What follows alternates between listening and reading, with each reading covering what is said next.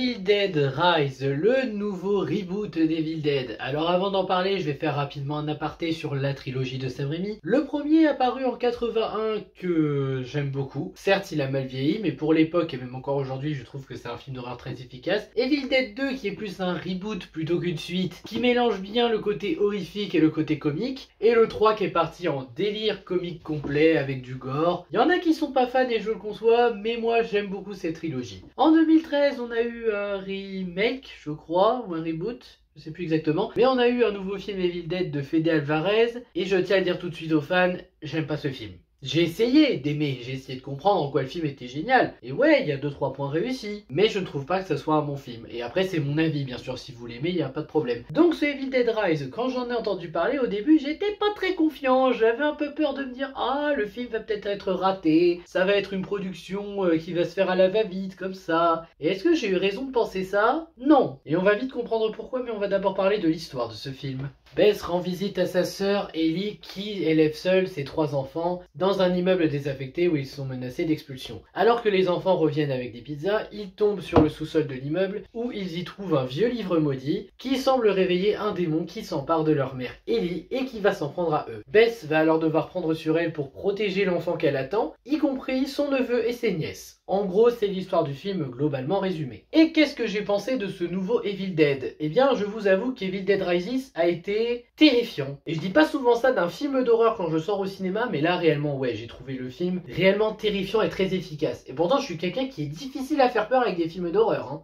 Mais là, vraiment, oui, c'est un film très réussi, très travaillé dans le côté horreur, ils se sont fait plaisir avec ce qu'ils voulaient. En fait, on sent que les mecs derrière le film, ils avaient pas besoin de Sam Raimi pour dire il faut faire ci, il faut faire ça. Non, ils se sont surtout dit, il faut qu'on fasse un film Evil Dead pleinement horrifique et on verra comment les spectateurs vont le prendre. Et là, clairement, ouais, j'ai vu un film réellement horrifique. Là, j'ai vraiment eu peur pour les personnages et pour ma pomme, de vraiment me dire, il faut pas que je sois à leur place parce que moi, je fais au moins 3 crises cardiaques à la seconde, mais vraiment oui, là j'ai vu un bon film Evil Dead, et le voir au cinéma ça a rendu l'expérience encore meilleure. Tout n'est pas à sauver de ce Evil Dead Rises, il y a aussi quelques défauts qu'on va citer dans les détails. Mais avant je vais me permettre de parler juste d'un détail que certains reprochent, mais que personnellement je trouve un peu ridicule de reprocher. C'est-à-dire qu'il n'y a pas le côté fun du 2 et du 3, ce qui est un peu logique en fait. Parce que déjà le premier Evil Dead de Sam Raimi c'était pas un film qui se voulait fun, c'était un film d'horreur et rien de plus. Un film qui se voulait réellement horrifique. Et je pense que ce Evil Dead Rises, vu que c'est un reboot, c'est ce qu'il a voulu faire aussi. Après, rien n'empêche, si on a des suites, qu'il se lâche dans le côté fun. Même si j'y crois pas trop, parce que là, le côté sérieux, ça joue beaucoup dans celui-là. Mais on verra, on verra. Mais en attendant, ouais, ce Evil Dead Rises, il m'a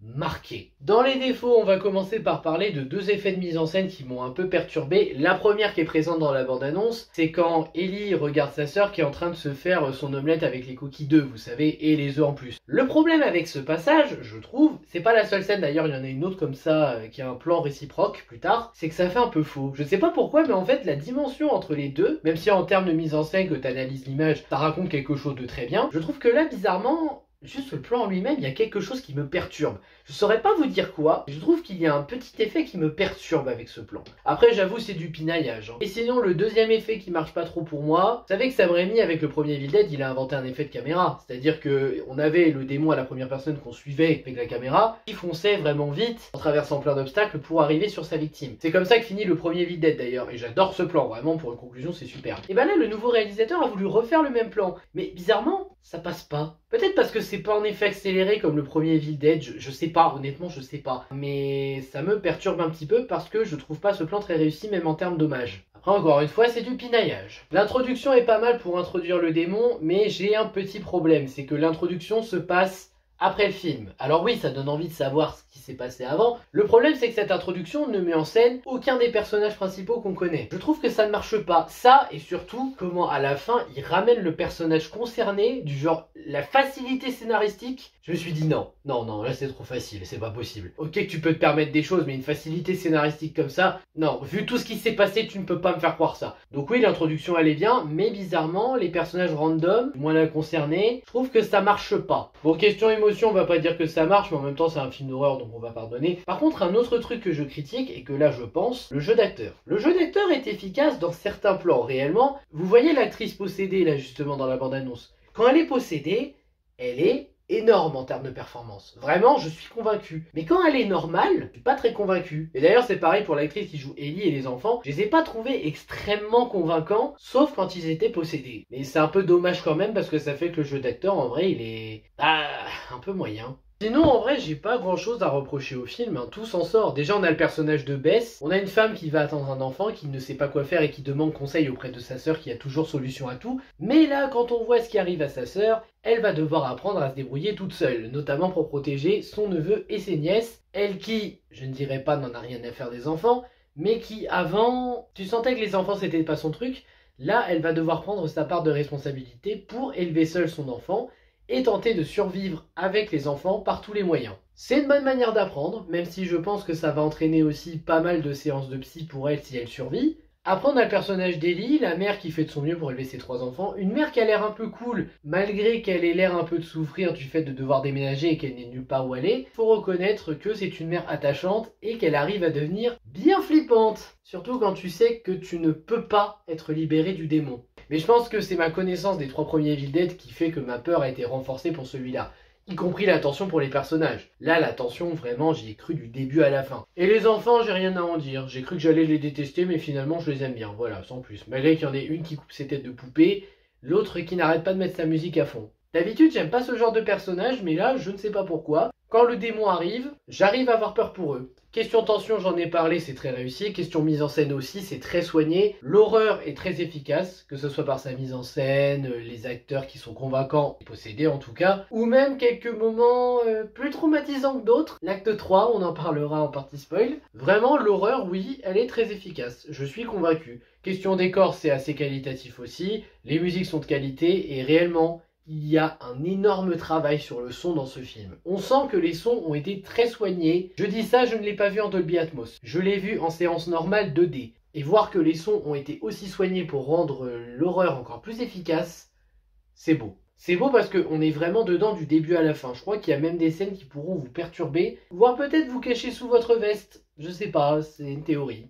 Il y a d'inattendus qui fonctionnent, notamment ce démon qui est imprévisible, hein, parce qu'on pourrait se dire ouais, bah ça va être comme le précédent Evil Dead, ça va être comme les 3 premiers, on sait. Non, on sait pas, ce démon agit comme il le souhaite, et il y a pas mal de moments où il arrive à nous surprendre. Et la fin est classique pour un film d'horreur, mais bizarrement ça passe là. Autant il y a des films qui font des fins classiques comme ça, je m'en fiche. Là, bizarrement, je trouve que ça passe bien en tant que fin. Partie spoil, donc je vais vous parler surtout de l'acte final où on voit Bess qui à un moment a une tronçonneuse, donc là oui elle va régler son compte au démon, symbolisme de la tronçonneuse, ah oui puissance, non c'est pas la nouvelle hache pour ceux qui se posent la question, mais j'avoue que cette scène est traumatisante parce qu'en fait, contrairement aux 3 premiers Evil Dead où t'avais juste les démons qui poursuivaient les personnages, là c'est pire, parce qu'il y a ça. Puis un moment, ils sont tous vaincus en haut, je crois, ils sont à terre, mais ils se relèvent parce que les démons sont durs à tuer, c'est connu. Et pendant que Bess et sa nièce fuient, et ben on a Ellie qui se fait limite griffer par tous les autres. Et quand tu vois qu'elle arrive dans le parking,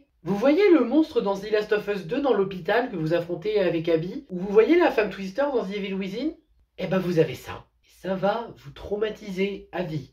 Croyez-moi. Bon voilà, je crois que je n'ai pas grand chose à ajouter, donc au final ce Evil Dead Rises, ça vaut le coup de le voir au ciné. Surtout si vous cherchez un bon film d'horreur qui va vous traumatiser pendant un long moment. Après, ça ne vaut pas la trilogie de Sam Raimi, mais je crois que c'est mon amour pour cette trilogie qui me fera dire ça. Et si je sais que certains vont me dire, mais si, ça bat au moins le 3 parce que ça va pas dans le comique. Chacun ses goûts, d'accord? Voilà, chacun ses goûts, comme ça c'est réglé.